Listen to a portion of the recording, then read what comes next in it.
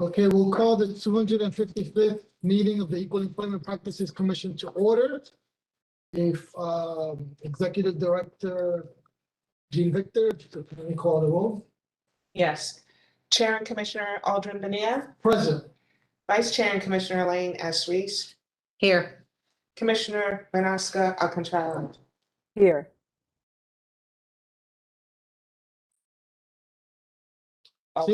Seeing as we have quorum, the meeting will proceed. The first order of business is the approval of the minutes. Do we I have a move to- motion to approve the minutes. I move to approve the minutes Commissioner- of January 27th, 2022. Commissioner Reese, Second. motions. Commissioner Alcantara seconds. Actually, I just have what I would consider a friendly edit. Where it refers to like just ED and EAC, DC, if we could just put people's names as well. So it's just not, these abbreviations, so they just put their names as well. With that in mind, all in favor, say aye. Aye. All opposed, abstentions, hearing none, the motion to approve the minutes passes. Next order of business is new business. Section A, 2021 EEPC annual report.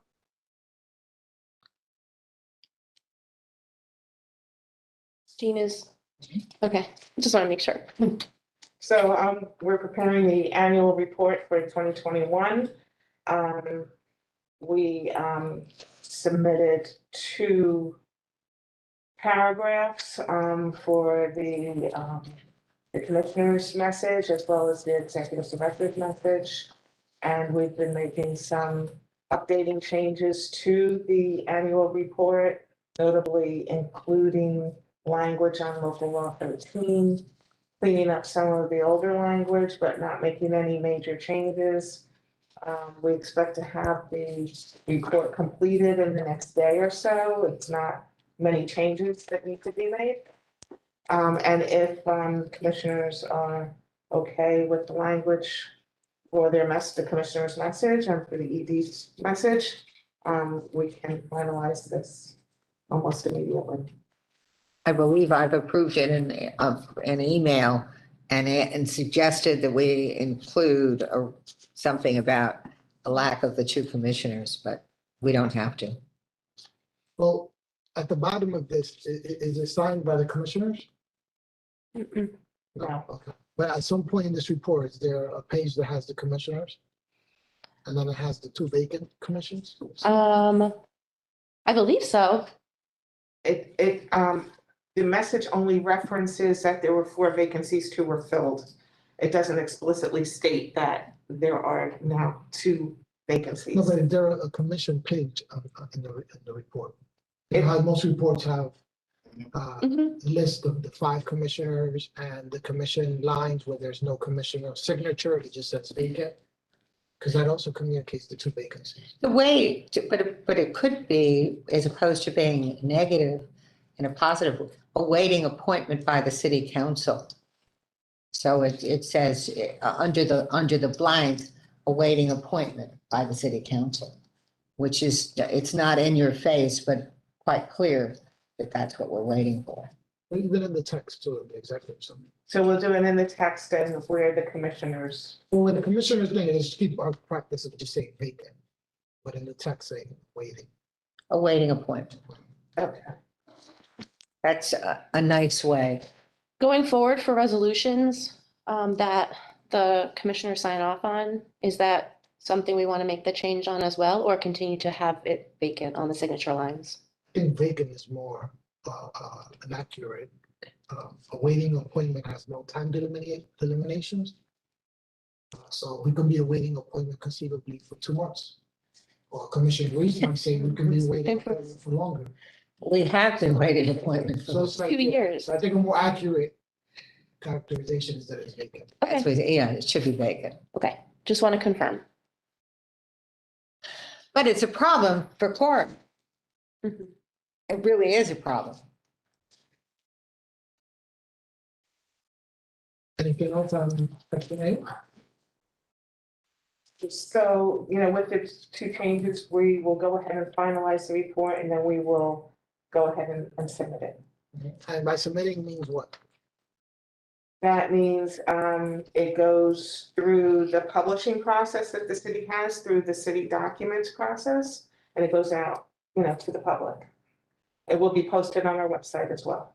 So And it's submitting- available for the public. And we But it's also, not, do we mail it to the mayor? we don't mail the actual report because it's like 200 pages. So, but we put a link in and we send letters to the mayor and I believe the city council and I believe the Civil Service Commission that says our report is now available for viewing and it provides the link.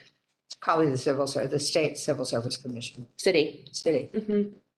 I believe those, because I believe those are the three entities delineated by the charter that we have to physically submit. But since it's 200 pages long, we provide the link, which is easier for people to access and open. What are the three agencies that are mentioned in the charter that we have to submit it to?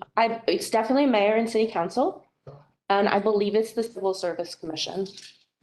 The Civil Service Commission. New York City Civil Service Commission. City Civil Service Commission. Mhm. So it's a mayoral entity, it's a commission?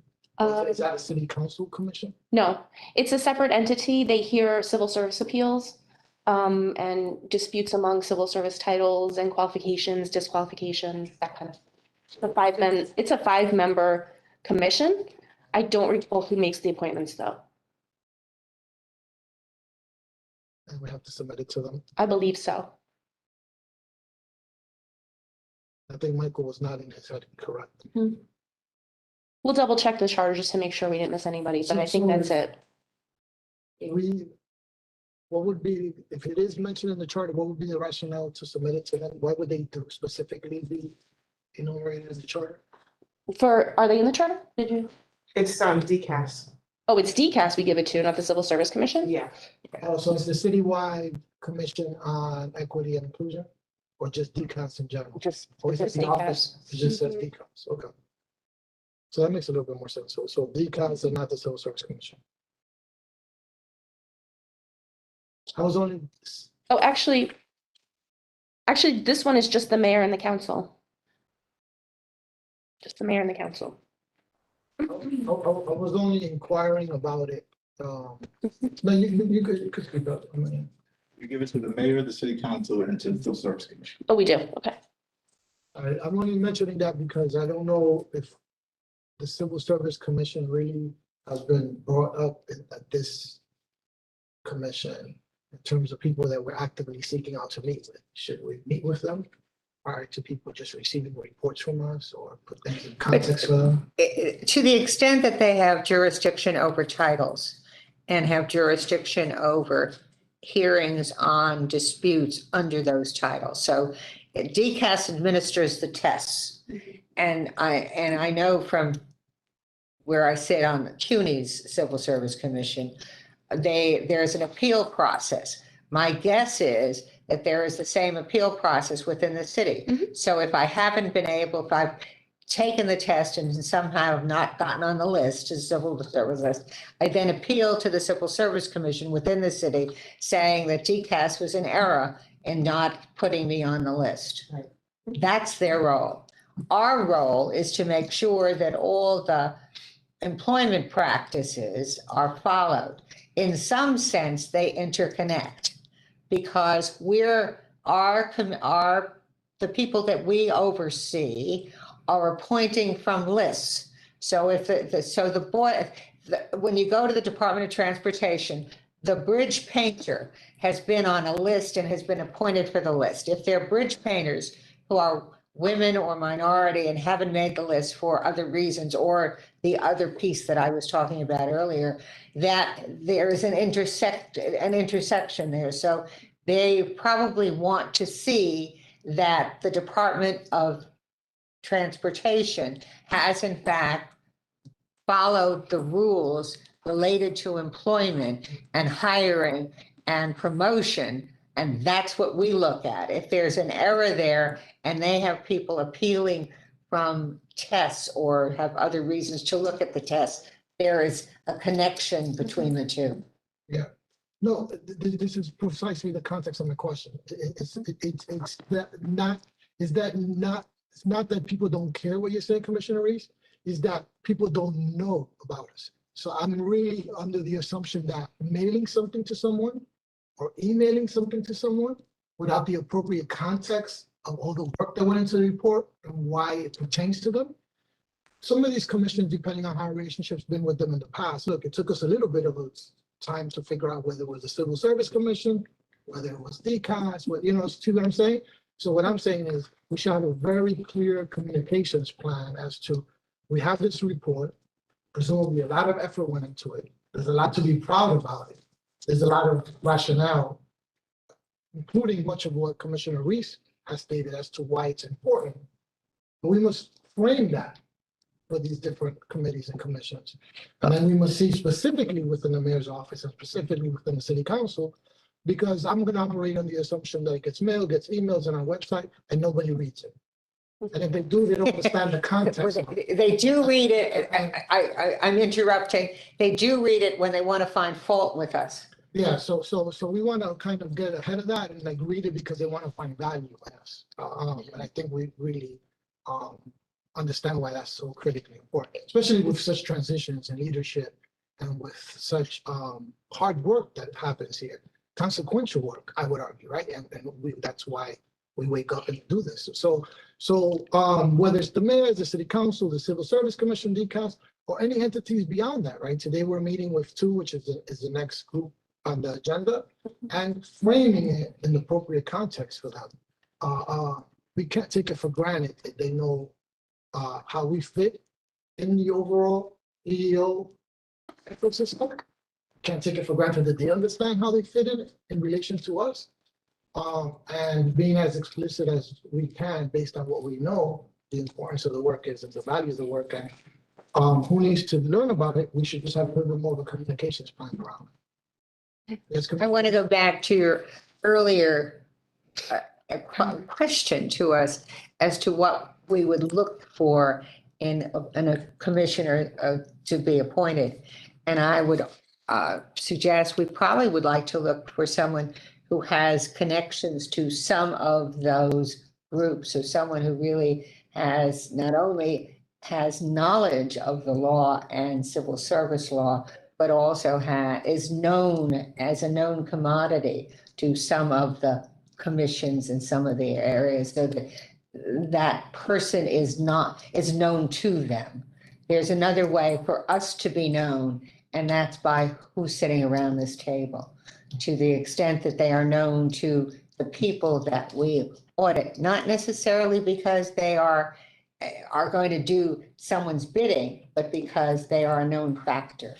Absolutely. And that's, we were off camera when I made that comment, but it's in relation to, there are 5 commissioners of the EEPC, and there's 2 vacancies, and we're meeting with 2 council committees, which is the next part of the agenda, and then part of it might just be, as they seek to fill those 2 vacancies, to the extent that we can make recommendations as to what this board might benefit from. And you're absolutely right. But notwithstanding, the areas of expertise or gravitas of commission members, formally through the organizational structure and the charter, whoever we submit reports to, and for whatever reason and rationale those reports ought to be submitted, we should just frame and put that in the proper context for people, include them. So, and then what's to stop us from communicating this report to even a wider audience, right? Why not all 51 council members receive it? So that's all I'm saying, which we can speak to as internal business matters as to how we want to roll this report out. Let me further comment on that. Why don't we just send the executive summary to all 51 council members? You don't necessarily have to send the 200-page report and just let them know it is, but the executive summary does summarize what the work is. It's an easy read. It's only 2 pages. And that seems to me that we ought to send that individually to them with a note from Eugene indicating why you're doing it. It's just as you're new to the city government, or you've just been elected, you have, this is a way of explaining to you what we do and how we do it and how relevant we are to making sure that the city employees are treated in a fair and equitable manner. And so it's just an easy excuse because they're new. The executive summary is much more of a digestible document and more manageable, even if we want to mail it or email it. So it's Well, just we'll have the welcome letters, and we can include that with the welcome letter. excellent idea. Excellent. And if I, just to go back a little bit, I think maybe our next meeting should be with DCAS. I think before the Civil Service Commission, which is, which hears appeals, I think we should get to DCAS first and talk to them about what we do and why we do it, so that we don't have delays in getting data, so that there's an understanding of, we're a sister agency, we have a mandate that we're trying to fulfill. So Should you set up a meeting with the new commissioner? And maybe that's the next group of meetings that we have. If you want us to be part of it. So is that all for the 2021 EEPC annual report? One other thing I just might mention, we do have the power to form advisory committees. And maybe we form an advisory committee with some of the people that we feel that have the technical expertise to help guide, some of our thought processes. As opposed to waiting for new commissioners to be appointed, we can appoint 5 people to advise. Yeah, I definitely think we should, I think it's a great idea. I think internally you should figure out the bandwidth and capacity to manage that effort. It takes a lot of hand holding. It takes, in order to be respectful of whoever advisory members' time, talent, and expertise, there's a certain level of, tension and deliberate, intentional rationale as to why to convene someone and everything. So I suspect that, if you can figure out what the resource pressures are to really support an advisory group, let's definitely look into that. Commissioner? I think that would help us in trying to find a labor economist. I mean, I don't think we're ever going to find, I shouldn't sound so negative. I think it's going to be difficult to find a labor economist for us to hire. But I think you're looking at a resource group, finding someone on faculty, one of the schools around here would be more than willing to help us from time to time dealing with it, because that's going to help you with local law 11. I mean, I would look at what your needs are on local law 11 and what your expertise needs are as you go forward on local law 11. And I'd almost look at putting that advisory group, 13, right. But I would almost look at putting the advisory group together and focus it on that local law. You can always change your advisory group, but you now going into year 3 have a definite need. So that's what I would do. And then you can, since it's an advisory group, you can select another advisory group in another year. You're not tethered to anybody, but I think the chair is absolutely correct as to not only your needs and the time in managing it. So you've got to be careful about that, but it's also the needs of the volunteers. I mean, somebody can say yes and then just be unavailable. So you really need someone who's somewhat committed to it and willing to do it. And you need to figure out how many hours you're really asking someone to volunteer to give you. Anything else on 2021 EEPC annual report? Next, we turn to subsection B, meetings with New York Council Committee on Civil and Human Rights, and the Committee on Women and Gender Equity. I believe the City Council Committee on Civil and Human Rights is chaired by Councilwoman Natasha Williams, correct? And the Commission on Women, the City Council Committee on Women and Gender Equity is chaired by Councilwoman Cabana. Okay, and this was pursuant to the conversations that we've had, ongoing conversations around the EEPC, meeting the different new members and chairs and committees and stakeholders that are within the EEPC kind of ecosystem, if you will, and that either are mentioned explicitly in the charter or not, in terms of having oversight or not. And we're very excited that these meetings were able to be scheduled by the EEPC for later today. The agenda quite simply would be, what is we should really assume that, baseline knowledge here, right, on both parts. So I think really as basic as what is the AEPC, and what is it that we do? And then areas in which we can benefit from partnerships and, to the extent that there's hearings in the future and things of that sort, involving us and keeping us in the loop as to what the proceedings of both committees have before them on their agenda, both legislatively and budgetarily. And this is the beginning of several meetings, so we'll continue to outline meetings that the chair will invite different commissioners and different council members of relevant committees to learn more about the EEPC, our work, collaboration, and also areas in which we can benefit from additional resources and support. Yes, Commissioner Reese.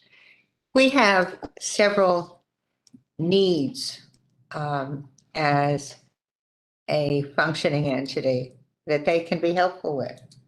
We have certainly wanting to we would want support on our attempt to have our budget be tied to a fixed number as opposed to being part of the mayor's budget, and then therefore find ourselves, we're freestanding and we should not be subject to the vagaries of the mayor's budget.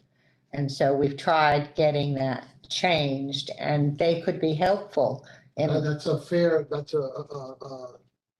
fair topic for you to bring up at both committee meetings. And the second one, which is we have the audit responsibility, but we have no penalty. And they can be helpful to us as well, because sometimes we find ourselves with people who are not as forthcoming into the change and bringing equality to their particular entity within the city. And we have no ability to punish them.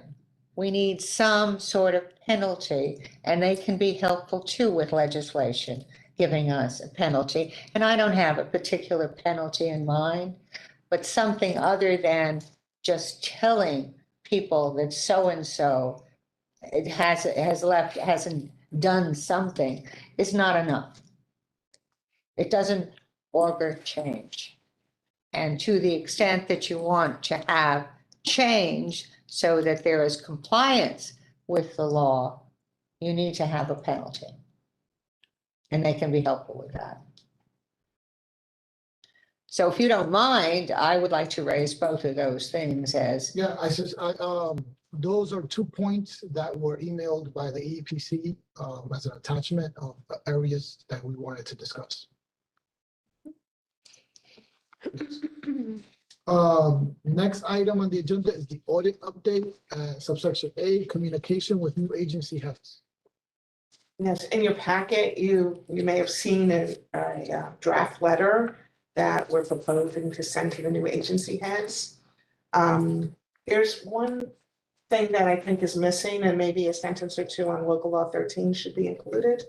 But generally, it discusses the audit, it discusses the upcoming I thought there was. public hearing. Although local law 13 required by EPC to only address the utilization minority group members, the EPC formally requested that the law be amended to include women, and in anticipation of such change to the law, the change to include women in the subsequent analysis.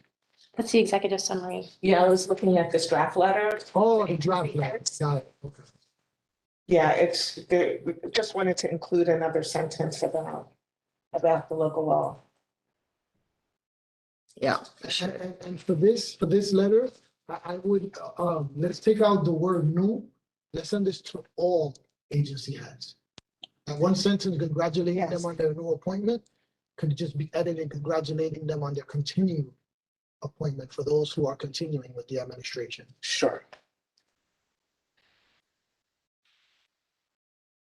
Because there are many who are continuing, but again, they may or may not know about this. And to this letter, we'll include the executive summary. Do we have a sense of the universe that this will go out to? Well, now that I added continuing commissioners and stuff like that kind of, but are we talking about 80 recipients of this letter? Are we talking Well, about- we sent it to all agency heads, we're talking 141 potentially, but we actually would take out the community boards, so closer to 100.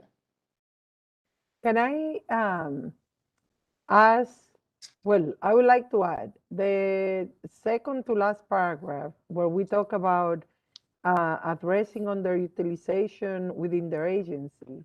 We haven't yet submitted the report. Is that premature to include that, or should we This is the take it down until after? I think this references the previous report on the utilization, correct? Report year one? Report number one. Yeah, this Oh, is that references the- the previous year's report. Ah, okay. I thought that it was the one that we just tabled. Okay. And maybe I heard you in terms of community boards, but are you saying that we don't mail this to district managers at community boards? We could if we wanted to. Yeah, I think we should. We should Okay. treat district Well, managers as we would do it to the chair and CC the district manager. point well taken. Yep. Okay. Absolutely. Just want to make sure. Absolutely. Okay. Sure, at the back. So then next is compliance update.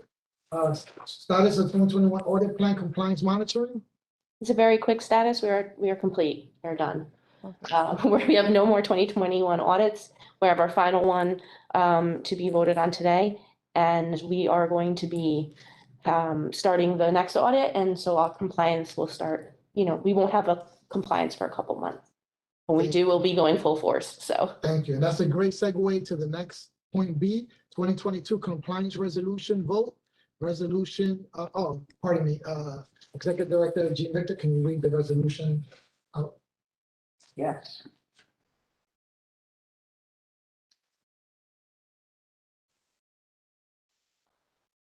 So that would be 2022, 2021 AP/255-102, 2022 C1 New York City Council. We're submitting that to you for your vote. We have a motion to approve the resolution of the New York City Council. I Second, move to approve. Okay, I think Commissioner Alcantara moved. Do we have a second? I second. Commissioner Reese seconds. All in favor? Aye. All opposed? Any abstentions? Hearing none, the motion passes. Woo-hoo, and that will end the Yes. 2021 audit plan. yes, Plans. Which is- Congratulations on all the work thank you. you and your team have done throughout the better part of the year to get this a very important part of city government, in compliance. Thank you. I appreciate that. Next, we have research update, local law 13, report status update. Yes, just give you a brief update on the status of this report. We have, we're conducting a major overhaul of the report.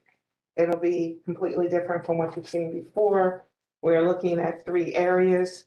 We're looking at specifically 6 or 7 titles from the time that from the time it's posted and applicants begin to apply for it to the time when a list is established. All 6 titles are civil service titles and are competitive.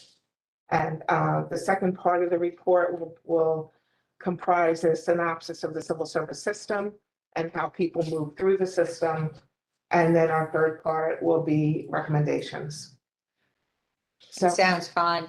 I would suggest that next year you look at when tests are done. When does DCAS schedule a test? What is, because that's a portion of underutilization as well.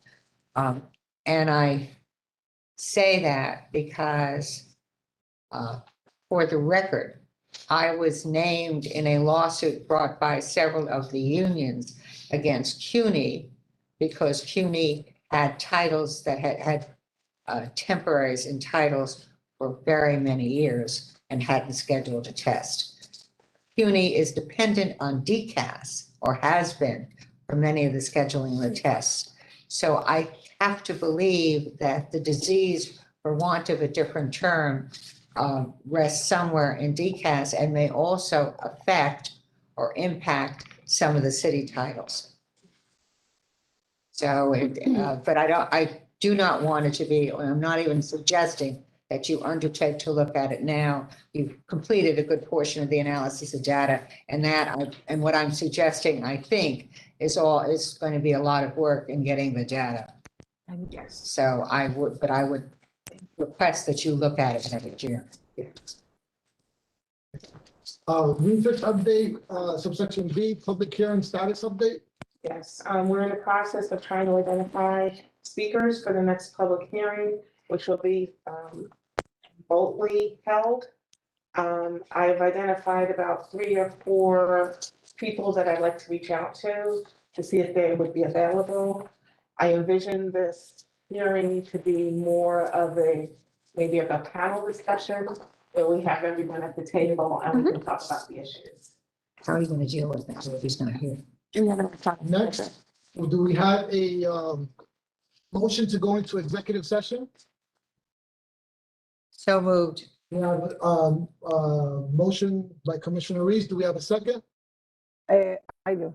Seconded by Commissioner Alcantara. All in favor to go into executive, to leave public session, to go into executive session, say aye. Aye. Aye. All opposed? Abstentions?